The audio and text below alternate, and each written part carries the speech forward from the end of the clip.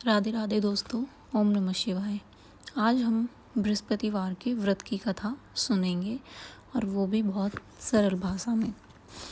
बृहस्पतिवार के व्रत की विधि। बृहस्पतिवार के दिन जो भी स्त्री पुरुष व्रत करे उसको चाहिए कि वह दिन में एक ही समय भोजन करे, क्योंकि बृहस्पतिश्वर भगवान का इस दिन पूजन होता है।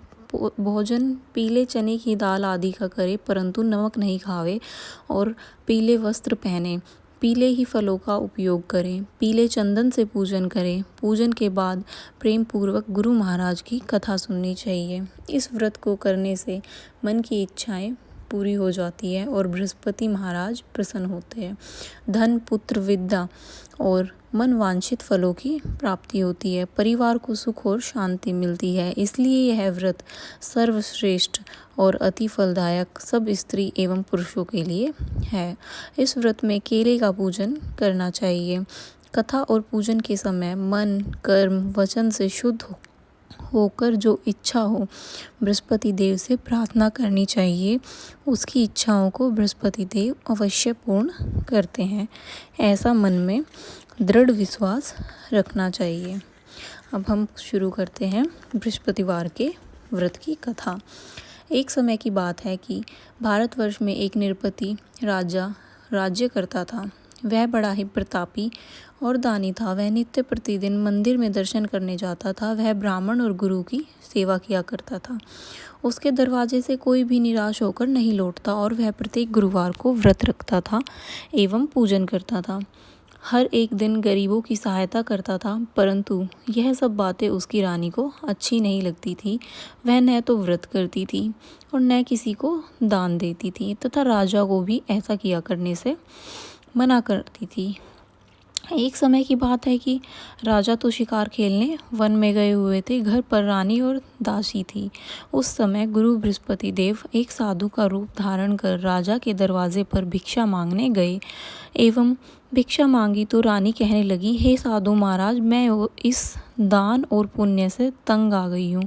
मेरे से तो घर का ही कार्य समाप्त नहीं होता। इस कार्य के लिए तो मेरे पति देव ही बहुत है। अब आप एक ऐसी कृपा करें कि यह सब धन नष्ट हो जाए और मैं आराम से रह सकूं। साधु बोले, हे देवी, तुम बड़ी विचित्र हो। संतान और धन से तो कोई भी दुखी नहीं होता। इसको तो पापी भी चाहते हैं। पापी भी पुत्र और धन की इच्छा करते हैं।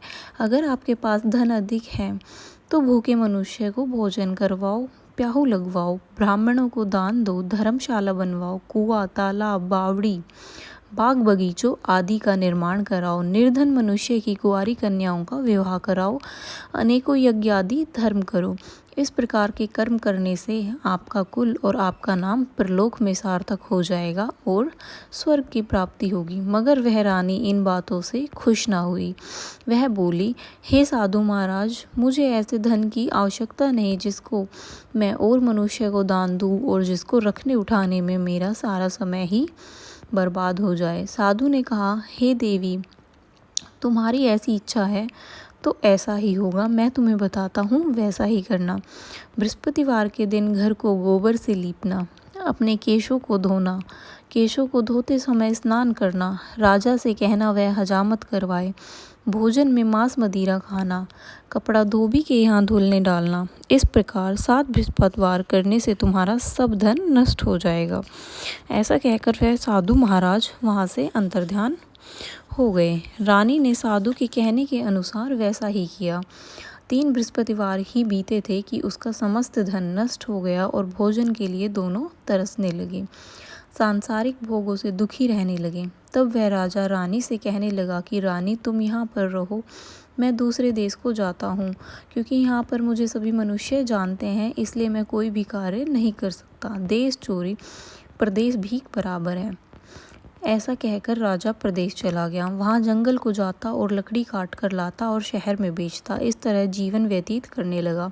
इधर राजा के घर रानी और दासी दुखी रहने लगी। किसी दिन भोजन मिलता और किसी दिन जल पीकर ही रह जाती। एक समय रानी और दासी को 7 दिन बिना भोजन के व्यतीत हो गया तो रानी ने अपनी दासी से कहा, हे दासी, यहाँ पास के ही नगर में मेरी बहन रहती है, वह बहुत धनवान है, तू उसके पास जा और 5 सेर अनाज ले आ, जिससे कुछ समय के लिए गुजर हो जाएगी। इस प्रकार रानी की आज्ञा मानकर दासी उसकी बहन के पास गई और रानी की बहन उस समय पूजन कर रही थी क्योंकि उस दिन बृहस्पतिवार था। जब दासी ने रानी की बहन को देखा और उससे बोली, हे रानी, मुझे तेरी बहन ने भेजा है, मेरे लिए 5 सेर अनाज दे दो। इस प्रकार दासी ने अनेक बार कहा, परंतु रानी ने कुछ उत्तर न दिया क्योंकि वह उस समय बृहस्पतिवार की कथा सुन रही थी। इस प्रकार जब बांदी को किसी प्रकार का उत्तर नहीं मिला तो वह बहुत दुखी हुई एवं क्रोध भी आया और लौटकर अपने गांव रानी के पास आकर बोली, हे रानी, तुम्हारी बहन तो बहुत ही बड़ी आदमीन है, उसे तो बहुत घमंड है, वह छोटे मनुष्य से बात भी नहीं करती है, इसलिए मैंने उससे कहा तो उसने कोई भी उत्तर नहीं दिया, मैं वापस चली आई। रानी बोली, हे दासी, इसमें उसका कोई दोष नहीं है, जब बुरे दिन आते हैं तो कोई सहारा नहीं देता, अच्छे बुरे का पता आपत्ति में ही लगता है, जो ईश्वर की इच्छा होगी वही होगा, यह सब हमारे भाग्य का दोष है। इधर उस रानी ने देखा कि मेरी बहन की दासी आई थी, परंतु मैं उससे नहीं बोली। इससे वह बहुत दुखी हुई और यह सोच कथा को सुन और विष्णु भगवान का पूजन समाप्त कर रानी की बहन रानी के घर चल दी और अपनी बहन से कहने लगी कि हे बहन, मैं बृहस्पतिवार का व्रत कर रही थी, तुम्हारी दासी आई तो कथा पढ़ रही थी, मैं जब तक कथा होती है तब तक न उठते हैं न बोलते हैं, इसलिए मैं न बोली, कहो दासी क्यों आई थी। रानी बोली, बहन, हमारे यहाँ अनाज नहीं था, वैसे तुमसे कोई बात छिपी नहीं है, इस कारण मैंने दासी को 5 सेर अनाज लेने के लिए भेजा था। रानी बोली, बहन देखो, बृहस्पति भगवान सबकी मनोकामना पूर्ण करते हैं, देखो शायद तुम्हारे घर में अनाज रखा हो। इस प्रकार का वचन जब रानी ने सुना तो घर के अंदर गई और उसे वहाँ से एक घड़ा अनाज का भरा मिल गया। तब तो वह रानी और बांदी बहुत खुश हुई और दासी कहने लगी, हे रानी देखो, वैसे जब हमको भोजन नहीं मिलता तो हम रोज ही व्रत करते हैं, इनसे व्रत की विधि और कथा पूछ ली जाए तो हम भी किया करेंगे। तब उस रानी ने अपनी बहन से पूछा कि हे बहन, बृहस्पतिवार के व्रत की कथा कैसे है और यह व्रत कैसे करना चाहिए। रानी की बहन ने कहा, गुरु के व्रत में चने की दाल मुनक्का से विष्णु भगवान का केले की जड़ में पूजन करें, दीपक जलावे, पीला भोजन करें, कहानी सुने, इस प्रकार करने से गुरु भगवान प्रसन्न होते हैं, अन्न पुत्र धन देते हैं, मनोकामना पूर्ण करते हैं। इस प्रकार रानी और दासी दोनों ने निश्चय किया कि बृहस्पति देव भगवान का पूजन जरूर करेंगे। 7 दिन बाद जब बृहस्पतिवार आया तो उन्होंने व्रत रखा, गुड़साल में जाकर चना गुड़ बीन लाई और उसकी दाल से केले की जड़ का तथा विष्णु भगवान का पूजन किया। अब पीला भोजन कहाँ से आवे, बेचारी बड़ी दुखी हुई, परंतु उन्होंने व्रत किया था, इस कारण गुरु भगवान प्रसन्न थे। 2 थालों में सुंदर पीला भोजन लेकर आए और दासी को देकर बोले, हे दासी, यह तुम्हारे और रानी के लिए भोजन है, तुम दोनों करना। दासी भोजन पाकर बड़ी प्रसन्न हुई और रानी से बोली, चलो रानी जी भोजन कर लो। रानी को इस विषय में कुछ नहीं पता था, इसलिए वह दासी से बोली, तू ही भोजन कर ले, क्यों व्यर्थ में हंसी उड़ाती है। दासी बोली, एक महात्मा हमें भोजन दे गया है। रानी कहने लगी, वह भोजन तेरे लिए दे के गया है तो तू ही कर। दासी ने कहा, वह महात्मा हम दोनों को थालों में भोजन दे गया है, इसलिए हम और तुम दोनों ही साथ साथ भोजन करेंगी। इस प्रकार रानी और बांदी दोनों ने गुरु भगवान को नमस्कार कर भोजन प्रारंभ किया और अब प्रत्येक बृहस्पतिवार को गुरु भगवान का व्रत एवं विष्णु भगवान का पूजन करने लगी। बृहस्पतिवार भगवान की कृपा से फिर रानी और दासी के पास धन हो गया। रानी फिर उसी समय आलस्य करने लगी। तब दासी बोली, देखो रानी, तुम पहले इसी प्रकार आलस्य करती थी, तुम्हें धन रखने में कष्ट होता था, इस कारण सभी धन नष्ट हो गया। अब गुरु भगवान की कृपा से हमें यह धन मिला है तो तुम फिर आलस्य होता है। बड़ी मुसीबतों के बाद हमने यह धन पाया है, इसलिए हमें दान पुण्य करना चाहिए और भूखे मनुष्य को भोजन कराना चाहिए, प्याऊ लगवाना चाहिए, ब्राह्मणों को दान देना चाहिए, कुआं, तालाब, बावड़ी आदि का निर्माण कराना चाहिए, मंदिर पाठशाला बनवाना चाहिए, दान देना चाहिए, कुंवारी कन्याओं का विवाह करवाना चाहिए, धन को शुभ कार्यों में खर्च करना चाहिए, जिससे तुम्हारे कुल का यश बढ़ेगा और स्वर्ग की प्राप्ति होगी और पितर प्रसन्न होंगे। तब रानी ने इस प्रकार कर्म करने प्रारंभ किए तो काफ़ी यश फैलने लगा। एक दिन रानी और दासी विचार करने लगी कि न जाने राजा किस प्रकार से के होंगे, उनकी कोई खबर नहीं। गुरु भगवान से उन्होंने प्रार्थना की और भगवान ने रात्रि में राजा को स्वप्न में कहा, हे राजा, उठ, तेरी रानी तुझको याद करती है, अपने देश को चल। राजा प्रातःकाल उठा और विचार करने लगा। स्त्री जाति खाने और पहनने की संगिनी होती है, पर भगवान की आज्ञा मानकर वह अपने नगर को चलने के लिए तैयार हुआ। इससे पूर्व जब राजा प्रदेश चला गया तो प्रदेश में दुखी रहने लगा। प्रतिदिन जंगल में से लकड़ी बीन कर लाता, उन्हें शहर में बेचकर अपने दुखी जीवन को बड़ी कठिनाई से व्यतीत करता था। एक दिन राजा दुखी हो अपने पुरानी बातों को याद करके रोने लगा। तब उस जंगल में बृहस्पति देव एक साधु का रूप धारण करके आए और राजा के पास आकर बोले, हे लकड़हारे, तुम इस सुनसान जंगल में किस चिंता में बैठे हो, मुझको बतलाओ।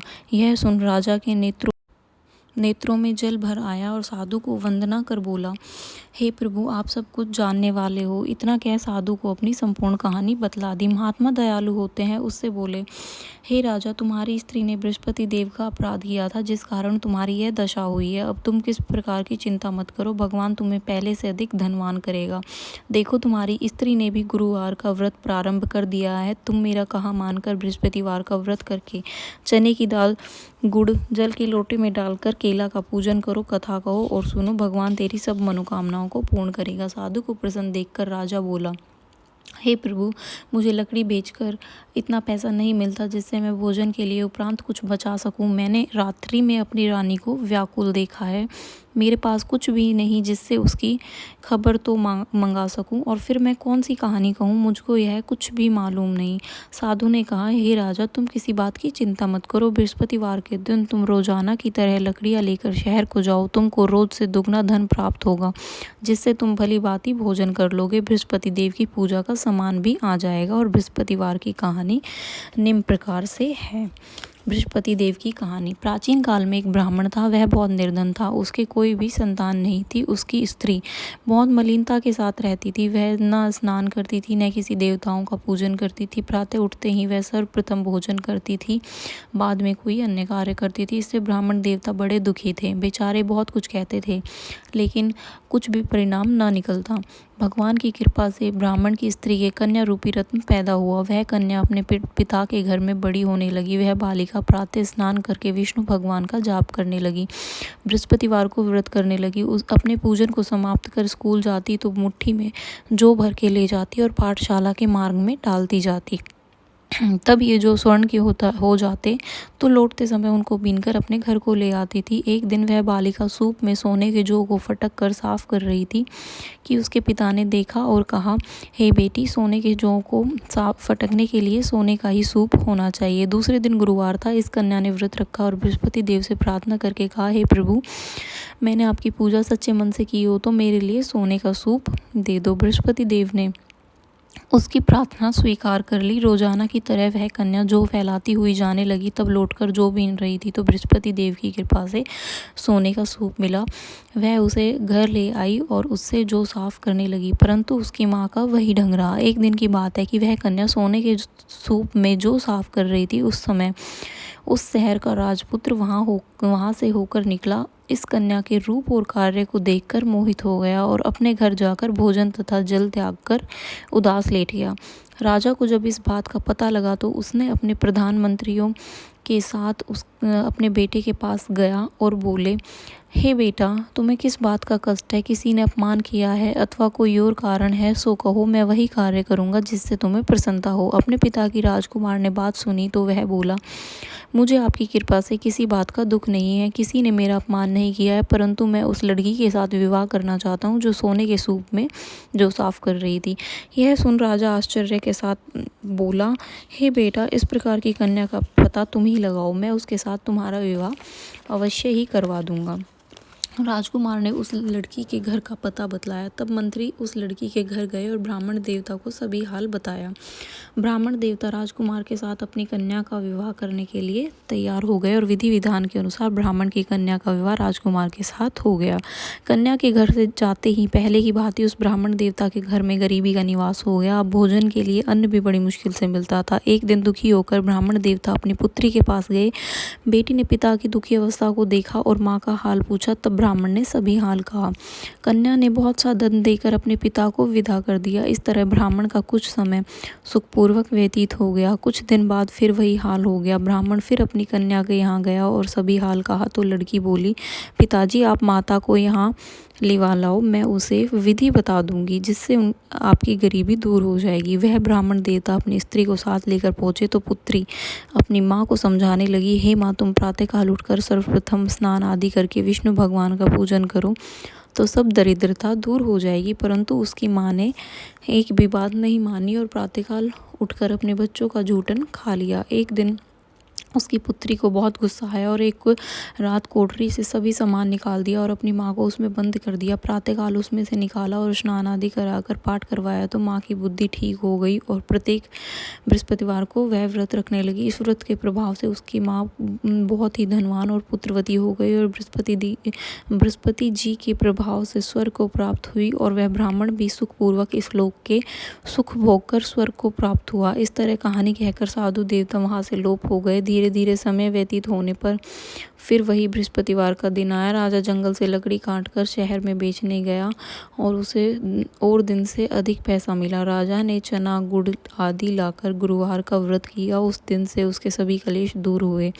परंतु जब अगला गुरुवार का दिन आया तो वह बृहस्पतिवार का व्रत करना भूल गया। इस कारण बृहस्पति भगवान नाराज हो गए। उस दिन उस नगर में राजा ने विशाल यज्ञ का आयोजन किया और शहर में यह घोषणा करवा दी कि कोई भी मनुष्य अपने घर भोजन ना बनावे और न आग जलावे। समस्त जनता मेरे यहाँ भोजन करने आए। इस आज्ञा को जो न मानेगा उसको फांसी की सजा दी जाएगी। इस तरह की घोषणा संपूर्ण नगर में करवा दी गई। राजा की आज्ञा अनुसार शहर के सभी लोग भोजन करने गए, लेकिन लकड़हारा कुछ देर से पहुंचा, इसलिए राजा उसको अपने साथ घर लिवा ले गए और ले जाकर भोजन करा रहे थे तो रानी की दृष्टि खूंटी पर पड़ी जिस पर उसका हार लटका हुआ था। वह वहाँ उसे दिखाई नहीं दिया। रानी ने निश्चय किया कि मेरा हार इसी मनुष्य ने चुरा लिया है। उसी समय सैनिक बुलवाकर उसको जेल खाने में डलवा दिया। तब राजा जेल खाने में पड़ गया और बहुत दुखी होकर विचार करने लगा कि न जाने कौन से पूर्व जन्म के कर्म से मेरे लिए दुख प्राप्त हुआ है और उसी साधु को याद करने लगा जो कि उसे जंगल में मिला था। उसी समय तत्काल बृहस्पति देव साधु के रूप में प्रकट हो गए और उसकी दशा को देखकर कहने लगे, अरे मूर्ख, तूने बृहस्पति देवता की कथा नहीं करी, इस कारण तुझे यह दुख प्राप्त हुआ है। अब चिंता मत कर, बृहस्पतिवार के दिन जेलखाने के दरवाजे पर 4 पैसे पड़े मिलेंगे, उससे तू बृहस्पतिवार का पूजन करना और तेरे सभी कष्ट दूर हो जाएंगे। बृहस्पतिवार के दिन उसे 4 पैसे पड़े मिले। राजा ने कथा कही। उसी रात्रि को बृहस्पति देव ने उस नगर के राजा को स्वप्न में कहा, हे राजा, तूने जिस आदमी को जेल खाने में बंद कर दिया है वह निर्दोष है, वह राजा है, उसे छोड़ देना। रानी का हार उसी खूंटी पर लटका हुआ है। अगर तू ऐसा नहीं करेगा तो मैं तेरे राज्य को नष्ट कर दूंगा। इस प्रकार से रात्रि स्वप्न को देखकर राजा प्रातःकाल उठा और खूंटी पर हार देखकर लकड़हारे को बुलाकर क्षमा मांगी तथा उस राजा को सुंदर योग्य वस्त्र आभूषण देकर विदा किया तथा गुरुदेव की आज्ञा मानकर राजा अपने नगर को चल दिया। राजा जब नगर के निकट पहुंचा तो उसे बहुत ही आश्चर्य हुआ। नगर में पहले से अधिक बाग, तालाब, कुएं, बहुत सारी धर्मशाला, मंदिर आदि बन गए। राजा ने पूछा कि यह बाग और धर्मशाला किसके हैं? तब नगर के लोगों ने कहा, यह सब रानी और दासी के हैं। तो राजा को आश्चर्य हुआ और गुस्सा भी आया। जब रानी ने यह खबर सुनी कि राजा आ रहे हैं तो उसने दासी से कहा, हे दासी, देखो, राजा हमको कितनी बुरी हालत में छोड़ के गए थे, वह हमारी ऐसी हालत देखकर लौट ना जाए, इसलिए तू दरवाजे पर खड़ी हो जा। आज्ञा अनुसार दासी दरवाजे पर खड़ी हो गई और राजा आए तो उन्हें अपने साथ लिवा लाई। तब राजा ने क्रोध करके अपनी तलवार निकाली और पूछने लगे, यह बताओ कि यह धन तुम्हें कैसे प्राप्त हुआ है? तब उन्होंने कहा कि हमें यह धन बृहस्पति देव के इस व्रत के प्रभाव से प्राप्त हुआ है। राजा ने निश्चय किया कि 7 दिन बाद तो सभी बृहस्पति देव का पूजन करते हैं, परंतु मैं रोजाना दिन में 3 बार कहानी करूँगा और रोज़ व्रत किया करूँगा। अब हर समय राजा के दुपट्टे में चने की दाल बनती रहती तथा दिन में 3 बार कहानी कहते। एक दिन राजा ने विचार किया कि चलो अपनी बहन के यहाँ हो आए। इस प्रकार राजा निश्चय कर घोड़े पर सवार होकर अपनी बहन के यहाँ चलने लगे। मार्ग में उसने देखा कि कुछ आदमी एक मुर्दे को लिए जा रहे हैं। उन्हें रोककर राजा ने कहा, अरे भाई, मेरे बृहस्पति देव की कहानी सुन लो। वे बोले, लो, हमारा तो आदमी मर गया और इसे अपनी कथा की पड़ी है। परंतु कुछ आदमी बोले, अच्छा कहो, हम तुम्हारी कथा भी सुनेंगे। राजा ने दाल निकाली, तब कथा आदि हुई तो मुर्दा हिलने लगा और कथा समाप्त हुई तो राम राम करके वह मनुष्य खड़ा हो गया। राजा आगे बढ़ा। आगे मार्ग में उसने देखा किसान खेत में हल चलाता हुआ मिला। राजा ने उसे देखा और उससे बोला, अरे भैया, तुम मेरे बृहस्पतिवार की कथा सुन लो। किसान बोला, जब तक मैं तेरी कथा सुनूंगा तब तक मैं 4 हैया जोत लूँगा। जा अपनी कथा किसी और को सुनाना। इस प्रकार राजा आगे चलने लगा। राजा के हटते ही बैल पछाड़ खाकर गिर गए तथा किसान के पेट में बहुत जोर से दर्द होने लगा। उस समय उसकी माँ रोटी लेकर आई। उसने जब यह देखा तो अपने पुत्र से सब हाल पूछा और बेटे ने सब हाल कह दिया तो बुढ़िया दौड़ी दौड़ी उस घुड़सवार के पास गई और उससे बोली, मैं तेरी कथा सुनूंगी, तू अपनी कथा मेरे खेत पर ही चलकर कहना। राजा ने बुढ़िया के खेत पर जाकर कथा कही, जिसके सुनते ही बैल खड़े हो गए तथा किसान के पेट का दर्द भी बंद हो गया। राजा अपनी बहन के घर पहुंचा तो बहन ने भाई की खूब मेहमानी की। दूसरे दिन सवेरे राजा जागा तो देखा कि सब लोग भोजन कर रहे हैं। राजा ने अपनी बहन से कहा, ऐसा कोई मनुष्य हो जिसने भोजन नहीं किया हो, जो मेरी बृहस्पतिवार की कथा सुन ले। बहन बोली, अरे भैया, यह देश ऐसा ही है। पहले यहाँ लोग भोजन करते हैं, बाद में कोई अन्य कार्य करते हैं। अगर कोई पड़ोस में हो तो देखा हूँ। ऐसा कहकर वह देखने चली, परंतु उसे कोई भी ऐसा व्यक्ति नहीं मिला जिसने भोजन ना किया हो। अतः वह एक कुम्हार के घर गई जिसका लड़का बीमार था। उसे मालूम हुआ कि उनके यहाँ 3 दिन से किसी ने भोजन नहीं किया। रानी ने अपने भाई की कथा सुनने के लिए कुम्हार से कहा। वह तैयार हो गया। राजा ने जाकर बृहस्पतिवार की कथा कही, जिसको सुनकर उसका लड़का ठीक हो गया। अब तो राजा की प्रशंसा होने लगी। एक दिन राजा ने अपनी बहन से कहा कि हे बहन, हम अपने घर चलेंगे, तुम भी तैयार हो जाओ। राजा की बहन ने अपनी सास से कही। सास बोली, हाँ चली जा, परंतु अपने लड़कों को मत ले जाना, क्योंकि तेरे भाई के कोई औलाद नहीं है। बहन ने अपने भैया से कहा, हे भैया, मैं तो चलूंगी, लेकिन कोई बालक नहीं जाएगा। राजा बोला, जब कोई बालक नहीं जाएगा तो तू ही क्या करेगी। बड़े दुखी मन से राजा अपने नगर को लौट आया। राजा ने अपनी रानी से कहा कि हम निर्वंशी राजा हैं, हमारा मुंह देखने का धर्म नहीं है और भोजन आदि नहीं किया। रानी बोली, हे प्रभु, बृहस्पति देव ने हमें सब कुछ दिया है, वह हमें औलाद भी अवश्य देंगे। उसी रात्रि को बृहस्पति देव ने राजा से स्वप्न में कहा, हे राजा, उठ, सोच त्याग, तेरी रानी गर्भ से है। राजा को यह बात सुनकर बड़ी खुशी हुई और 9वें महीने में उसके गर्भ से एक सुंदर पुत्र पैदा हुआ। तब राजा बोला, हे रानी, स्त्री भोजन करे बिना रह सकती है, परंतु बात कहे बिना नहीं रह सकती। जब मेरी बहन आए तो उससे कुछ मत कहना। रानी ने सुनकर हाँ कर दिया। तब राजा की बहन ने यह शुभ समाचार सुना तो वह बहुत खुश हुई और बधाई लेकर अपने भाई के यहाँ आई। तो रानी ने कहा, घोड़ा चढ़कर तो नहीं आई, गधा चढ़ी आई। राजा की बहन बोली, भाभी, मैं इस प्रकार ना कहती तो तुम्हें औलाद कैसे मिलती। बृहस्पति देव ऐसे ही हैं, जैसी जिसके मन में कामनाएं होती है सभी को पूर्ण करते हैं। जो सद्भावना पूर्वक बृहस्पतिवार का व्रत करता है एवं कथा पढ़ता है और सुनता है और दूसरों को सुनाता है, बृहस्पति देव उनकी सभी मनोकामनाएं पूर्ण करते हैं। भगवान बृहस्पति देव उनकी सदैव रक्षा करते हैं। संसार में सद्भावना से भगवान का पूजन व्रत सच्चे हृदय से करते हैं, उनकी सभी मनोकामनाओं को पूर्ण करते हैं। जैसे सच्ची भावना से राजा और रानी ने उनकी कथा का गुणगान किया तो उनकी सभी इच्छाएं बृहस्पति देव ने पूर्ण की थी। इसलिए सबको कथा सुनने के बाद प्रसाद लेकर जाना चाहिए। हृदय में उनका मनन करते हुए जयकारा बोलना चाहिए। बोलो बृहस्पति देव की जय, विष्णु भगवान की जय। ये थी आज की हमारी बृहस्पति देव महाराज की कहानी, बृहस्पति देव भगवान की कहानी। और अगर आपको ऐसी ही और कहानी, किसी और व्रत की कहानी सुननी है तो आप लोग मेरे को कमेंट सेक्शन में कमेंट कर सकते हैं। मैं और वीडियोस भी बना दूंगी और व्रत की कहानियों के ऊपर। धन्यवाद।